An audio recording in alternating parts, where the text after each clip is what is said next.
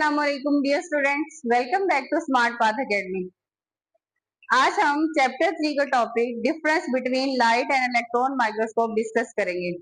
Previous lecture में हमने microscopy को डिस्कस किया। उसमें मैंने बताया कि माइक्रोस्कोप क्या होती है, माइक्रोस्कोप की कितने टाइप्स है, माइक्रोस्कोपी टेक्निक है वो किस लिए यूज होती है, माइक्रोस्कोप की जो टाइप्स है वो कौन कौन सी हैं, लाइट माइक्रोस्कोप है, इलेक्ट्रॉन माइक्रोस्कोप है, इलेक्ट्रॉन माइक्रोस्कोप की फर्दर आगे कितनी टाइप्स है, transmission electron microscope, scanning electron microscope. So आज हम difference between light and electron microscope को डिस्कस करेंगे। अगर आपको इलेक्ट्रॉन माइक्रोस्कोप और लाइट माइक्रोस्कोप को बहुत डिटेल से देखना है तो मेरी प्रीवियस वीडियो को विजिट करें, उसमें आपको बहुत अच्छे से समझ आ जाएगी। सो लाइट माइक्रोस्कोप और इलेक्ट्रॉन माइक्रोस्कोप का डिफरेंस। अब इसमें जैसे कि नाम से ही जाहिर है कि लाइट माइक्रोस्कोप में जो हमारे पास सोर्स होगा वो क्या होगा, सोर्स हमारे पास इसमें लाइट यूज होगा, light as an illuminating source.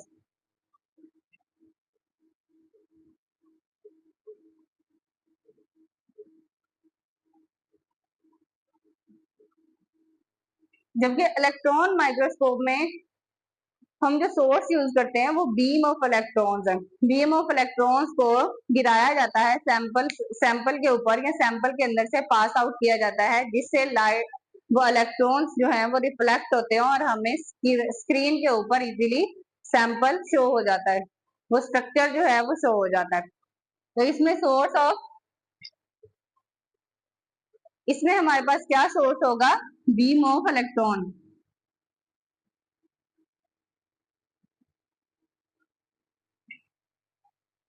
फिर उसके बाद नेक्स्ट हम देखते हैं कि लाइट माइक्रोस्कोप की मैग्निफिकेशन कितनी है। तो लाइट माइक्रोस्कोप की जो मैग्निफिकेशन है वो 1500x है। इसमें हमारे पास x जो है वो इस चीज को डिनोट करता है कि इमेज जो है वो कितना इनलार्ज है। तो 1500 टाइम्स इनलार्ज इमेज हमें नजर आता है।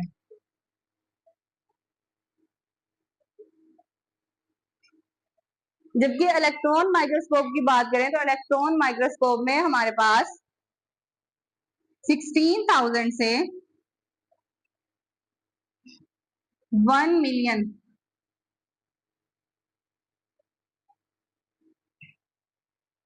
जो मैग्निफिकेशन है इलेक्ट्रॉन माइक्रोस्कोप की वो 16,000 टू 1 मिलियन एक्स है। इतना इमेज जो है इनलार्ज करके दिखा सकता है। जो हमारे पास रेजोल्यूशन पावर है लाइट माइक्रोस्कोप की वो है 0.2 माइक्रोमीटर। और अगर हम इसको 1 माइक्रोमीटर लें तो 1 माइक्रोमीटर को अगर हम 1000 से डिवाइड करें, 1 माइक्रोमीटर किसके इक्वल होता है, तो 1 डिवाइडेड बाय 1000 मिलीमीटर। जब हम 1 को 1000 पे डिवाइड करते हैं इतने मिलीमीटर्स को, तो वो हमारे पास क्या बन जाता है, 1 माइक्रोमीटर बनता है। और इसी तरह जब हमने रिजॉल्विंग पावर इलेक्ट्रॉन माइक्रोस्कोप की देखनी है तो इसकी हमारे पास रिजॉल्विंग पावर होती है 0.2 नैनोमीटर। और 1 नैनोमीटर किसके इक्वल होता है, 1 nanometre is equal to 1 divided by 10 lakh millimetre. Means electron microscope की जो रिजॉल्विंग पावर है वो इतनी ज्यादा है, इतना फाइन इमेज भी हमें दिखा सकता है। जैसे हमारे पास राइबोसोम है तो उसकी जो रिजॉल्विंग पावर है वो कितनी है, 0.5 नैनोमीटर। तो वो हम इलेक्ट्रॉन माइक्रोस्कोप से इजीली देख सकते हैं। इसमें जो हमारे पास स्पेसिमेन यूज होता है, जो सैंपल हम यूज करते हैं वो लिविंग भी हो सकता है और डेड भी हो सकता है। डेड एंड लिविंग सैंपल दोनों ही यूज किए जाते हैं। जबकि अगर हम इलेक्ट्रॉन माइक्रोस्कोप की बात करें तो इलेक्ट्रॉन माइक्रोस्कोप में डेड एंड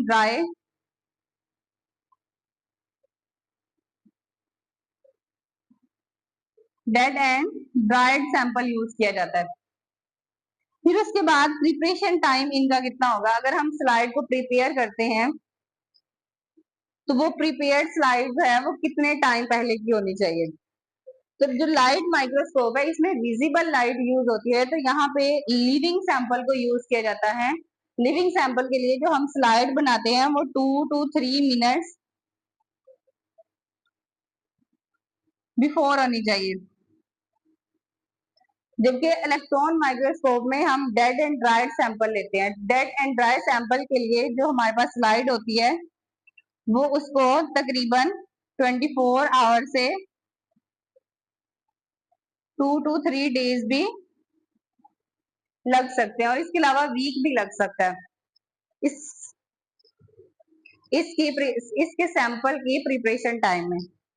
फिर इसके बाद अगर हम इमेज देखना चाहते हैं तो जो हमारे पास लाइट माइक्रोस्कोप है उसका जो हमें इमेज नजर आता है वो ओक्यूलर लेंस में नजर आ जाता है और इसमें हम क्या आंख से जो है अपनी आई पीस से इजीली इमेज देख सकते हैं। जबकि इलेक्ट्रॉन माइक्रोस्कोप में हमारे पास क्या होता है, बीम ऑफ इलेक्ट्रॉन यूज किए जाते हैं। जैसे एक्सरेज वगैरह है तो एक्सरेज करने के लिए बॉडी के अंदर से रेज जो है वो पास आउट की जाती है तो वो आर पार रेज जो है वो गुजरती हैं जिसकी वजह से हमारे जो जिस बोन का जिस बोन का हमने एक्सरे करवाना होता है तो वो हमें स्क्रीन के ऊपर शो हो जाती है। तो हमें यहाँ पे जो इमेज सीन है वो कहाँ पे नजर आएगा, जिंक सल्फेट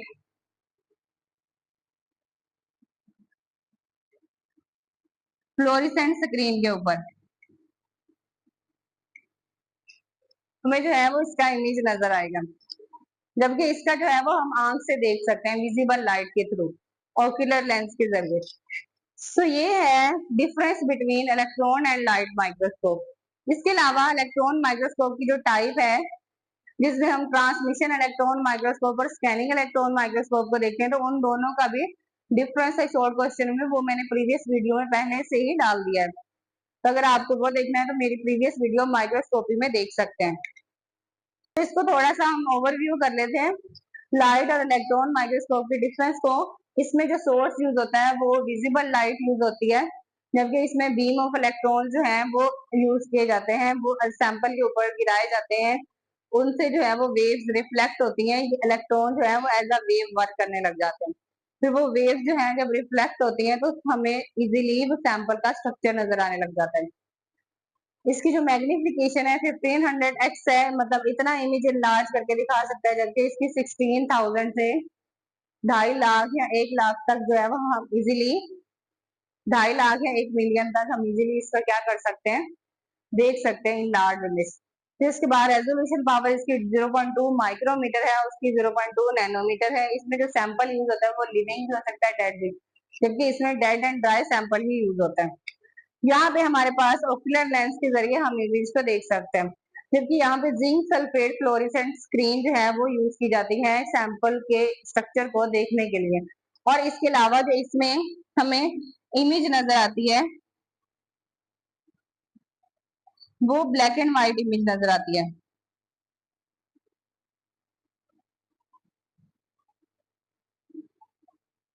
जबकि अगर हमने इसको स्टेन कर ले जब हम इसको स्टेन कर लेते हैं इसके सैंपल को तो वो कलरिंग शो करने लग जाते हैं।